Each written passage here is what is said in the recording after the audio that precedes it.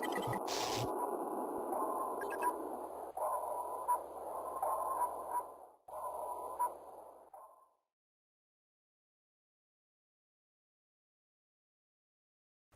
evening.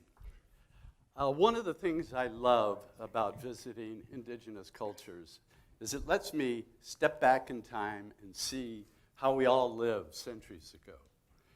And in doing that, I've noticed so many things that we've gained and things that we've lost. And one of the things I've really noticed is the fact that our relationships are much different. And first of all, our relationship to the land. In indigenous cultures, there's no grocery store. In tribal cultures especially, no utility districts, no water districts, no fast food restaurants. Nothing stands between them and their survival other than their own ingenuity and their own knowledge of the earth. And they have a very intimate knowledge of the earth. And it's always astonished me. This one Hawaiian woman was at the beach, and I met her, and she saw this crab flipping out sand out of the hole, and she said, the sand's going to the north. There'll be a Kona storm tomorrow. And sure enough, a Kona storm shows up tomorrow. So their knowledge, they're more or less the PhDs of their place on the planet. The other relationship that I've noticed is so tight is their relationship to each other. Again, they don't have the institutions. They don't have Social Security. They don't have an IRA or 401k plan. They don't have elder care facilities. They completely depend on each other for their survival again. And that produces a real tightness. I've noticed women at a well in Africa, for instance, and they're all sitting around joking and talking. They're nursing their babies, and the woman that needs to go to get the water will take her baby and pass it to another woman. She'll start nursing it. That woman will see her goat run off, and she'll pass the baby to a third woman, and she'll start nursing it. So these kids are kind of even raised communally. They live in extended families, and that brings a real tightness. The other relationship that I want to talk about tonight is the relationship to spirit. And it's a very strong one. So this is Malik and her great-granddaughter, Yasmina. And they spend all their time together, 14 hours a day working in the garden. And I've seen this in Africa, Asia, South America, and I ask, why are these two people that are so different together all the time, and this big age difference? And they said, no, you don't understand. Yasmina is just about coming out of the spirit world, and Malik is just about to go back into the spirit world. So they really do have the most in common. And they literally pray to the spirits of the forests, the mountains, the rivers. They put spirits in everything. Their ancestor spirits are so important to them. So in the beginning, I sort of looked at this as superstition, uneducated, naive thinking.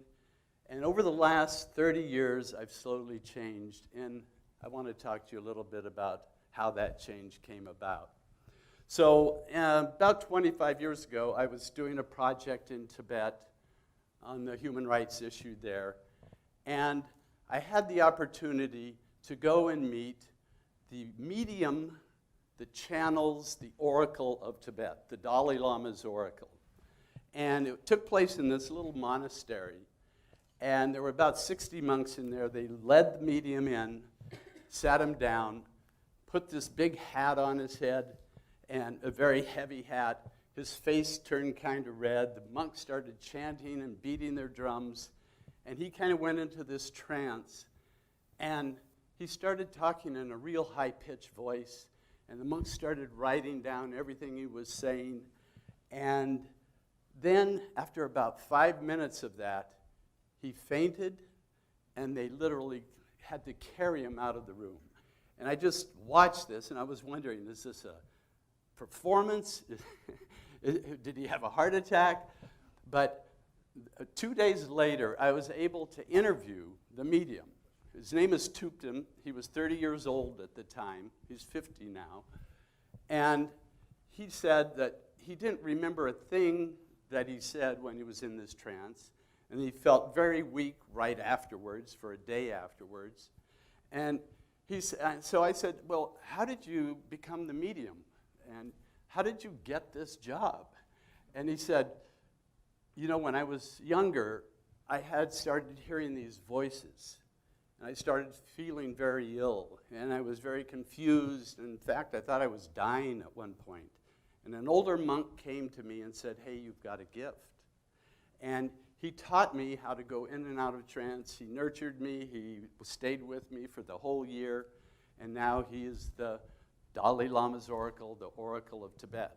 So 2 years later, I was doing a project for Amnesty International up in the northern part of Kenya in the Samburu area. And I was taking pictures of these people, and my guide turned to me and said, you know, their predictor has told them that you were coming to take pictures of them. And I didn't think too much about that because there I was taking pictures of them. But he went on to say, he said, they also said that she said that you would hide from them when you took their picture. And I said, no, I don't hide. I'm right in front. I use very short lenses. I'm usually right in front of the person when I take their portrait. And that night I was home cleaning my lenses, packing my bags, and I realized, yeah, I had brought my new camera that I'd never used before. It's this panoramic camera. And this is the way I've got to focus that in total darkness. So all of a sudden I thought, well, that's a coincidence. My assistant said, that's amazing. So it was just something we kind of filed away. But I, at that point, decided what I wanted to do is start actually seeking out these people that go into altered states of consciousness in order to heal or predict for their tribes. And that's what I started doing. And so, by the way, here is the woman that was the predictor. And I did take her picture with the panoramic camera. Her name is Sekulin. She's 37 years old, or was at the time, 5 kids. And she had the very same story as the medium of the Dalai Lama. When she was 12 years old, she started having visual hallucinations. She started feeling sick and dizzy. And her grandmother came and said, you know, you've got a talent. And she nurtured her through it. So I literally went around the world and doing my human rights work and started finding these shamans. And the way I would find them, they never introduced themselves as shaman. You would never know who they were unless you asked the community members, who's the healer here, who goes into trance, and they would tell me and lead me to the person. So this is Namid. She's a Mongolian shaman. I'll just show you some of the 40 I interviewed. This is Morgan Yazi. He's a Navajo medicine man. This is Linza. She's a shaman in Siberia, eastern Siberia. Mingatui, a shaman in the Rawani tribe in Ecuador, in the Amazon in Ecuador.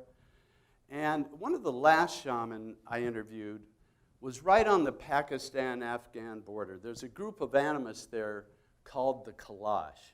And there's only 3,000 of them left. And they're surrounded by Islam. And they hold on to their animistic beliefs. And they're very interesting looking. They're blonde-haired, blue-eyed. They say they're the remnants of Alexander the Great's army. And they're very fun-loving. They make their own wine.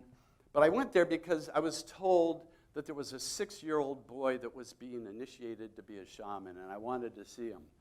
So, because everybody I had interviewed up to that point had been a shaman for years, so I wanted to find somebody in that process of initiation.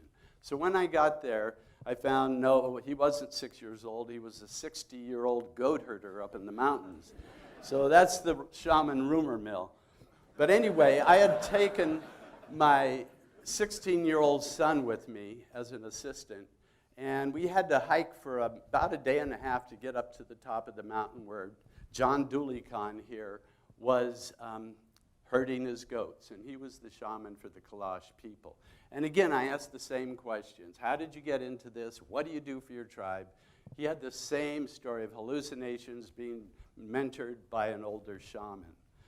And the shaman, in different cultures, induce their trance in different ways. By the way, shamanism is a universal practice. It's the world's oldest spiritual practice. And there's a lot of common denominators. But the way they go into trance can differ. In Mongolia, they beat a drum next to their ear. In South America, they take psychoactive plants like ayahuasca. In Pakistan, they did something that was quite unique. They burn juniper branches. They slaughter an animal, pour the blood over the burning branches, and then the shaman inhales the smoke to go into trance. And so here I'm trying to talk him out of doing a ceremony for me because I don't want him to kill one of his animals. And he said, no, I have to do it. My spirits are telling me I have to do it. You've come so far. So the next morning, his son started the fire, started burning the juniper branches, and he started praying to the mountain spirits, the spirits of the forest. And they slaughtered the animal, and he started inhaling the smoke, and then he went into trance. And he stayed into trance for about 5 or 10 minutes. And when he came out, he was very silent. He hardly said anything. And he was very talkative before he went into trance, and I thought, well, this is kind of strange. And I asked one of his sons, through my interpreter, what happened to him? What did he say? Did he see anything? And the son just said, the only thing he said is, your journey is going to be extremely difficult, but you're going to be safe. And that's all he said. So the next day, my son and I took off. We left his campment and walked down the mountain and headed up further into the Hindu Kush mountains. And we were out in the middle of nowhere. We had a Jeep, and my son started getting sick. And he evidently picked up a bug in the water around John Dooligan's camp. And the first day went by, couldn't keep anything down. Second day, third day, fourth day, couldn't keep anything down for 4 days. And he was getting so weak he could hardly walk. And I was totally freaked out. We pulled into this little village, and we happened to run into a doctor from Islamabad who was visiting his mother, and he happened to have a bag of glucose and saline and an IV drip and some oral hydration salts, and we brought Dax around. And it was to me, it was like a miracle that whole thing happened. But, so I'll tell you a little bit about the shaman. First of all, this is the common things with shamanism. It's not always true, but in general. They typically are identified with what they call the call. And the call, in the ones I interviewed, almost all of them, it was a psychological crisis. Secondly, they almost always have a mentor, somebody that's been through it and come out the other end of this psychological crisis and can show them the ropes and show them and tell them and comfort them along the way. And then they have to face what they call the initiation, and it's almost always this death, a death of their old self and a rebirth of a new self. And this rebirth, I don't know how to explain it. It's like they take on much more of an elevated consciousness. They expand their consciousness. Their awareness of who they are expands. They expand their circle of compassion. I guess that'd be the quickest way to say it. And as such, they learn to go into the spirit world where they believe the spirit world informs our world of reality here. So that's where things really happen. So they go there, get the information, come back to help people. And then, after they've learned their trade, they begin their life of service, either a healer, a seer, a priest. And they typically do this for no money. I mean, this is something they just do. It's just something added to what they do. And in the beginning, many of them resist it because like John Dulicon, he's still a goat herder. He still has to do that. But on top of that, he's the healer for the community. Sekulin has 5 kids that she has to take care of. On top of that, she's the healer of her community. So it is a lot of extra work. So it happened, I put that whole project aside because I didn't know what to do with it. I didn't know what to say about it. I felt I was getting in over my head into this world of consciousness and spirits and all this.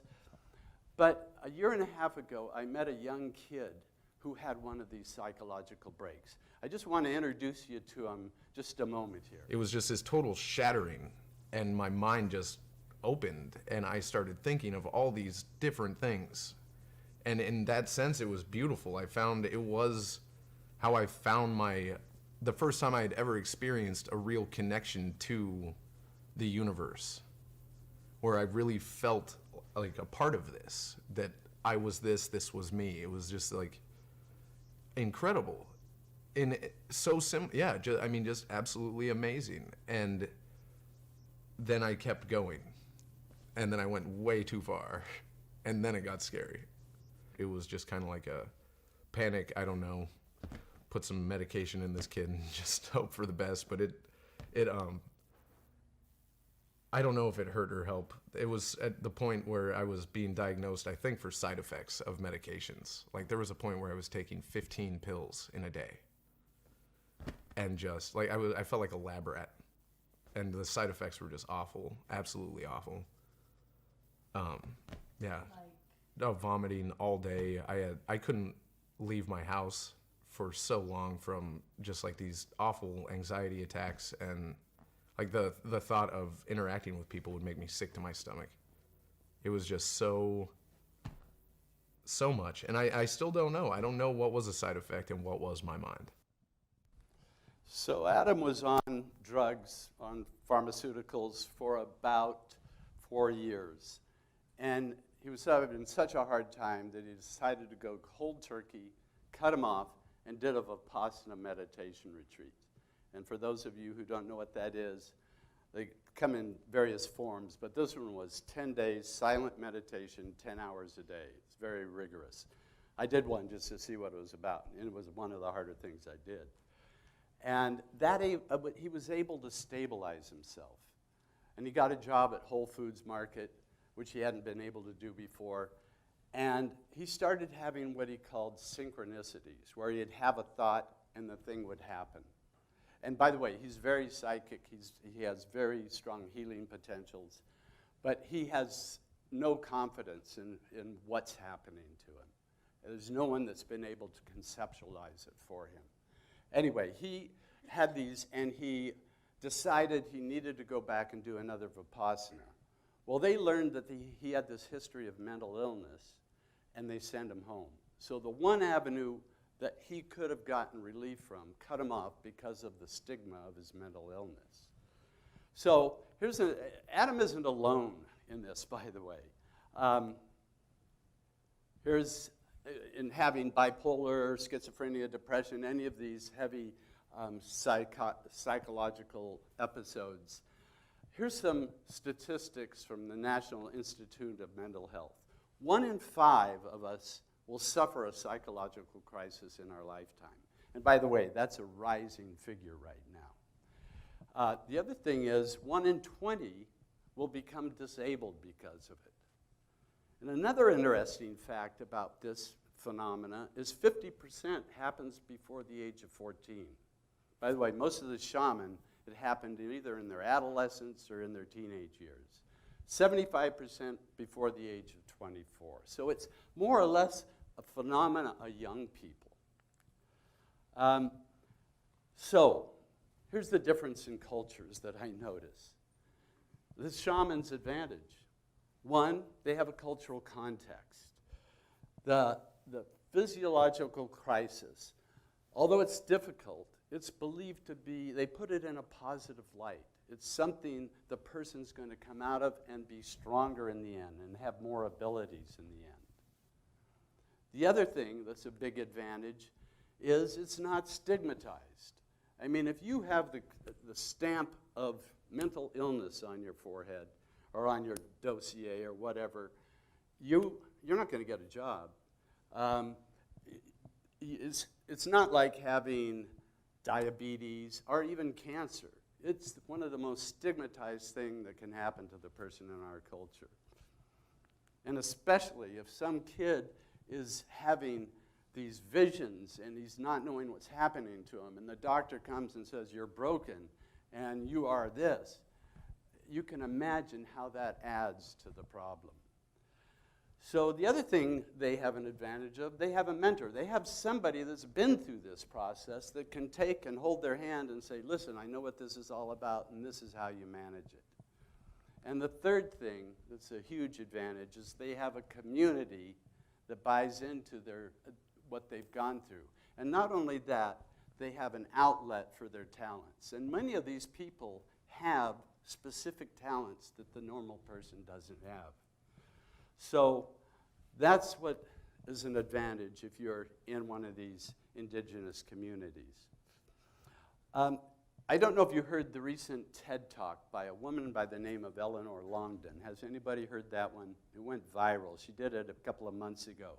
This is a young woman. When she went to college, she started hearing voices. And she said, my nightmare began when I told my roommate I was hearing voices. The roommate said, you better see a doctor. So she went and saw the doctor. The doctor said, you better see a psychiatrist. She went to see the psychiatrist. The psychiatrist gave her the label, schizophrenia, put her on medications. By the way, these medications suppress the symptoms. They don't get at the root problem. And she said, from that point on, she just spiraled down. You ought to listen to her video on how she brought herself out of that.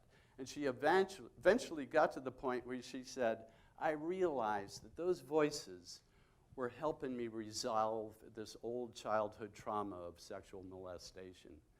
But it took her and a couple of friends that believed in her to get her out of that hole that she had gone down in because of that stigma.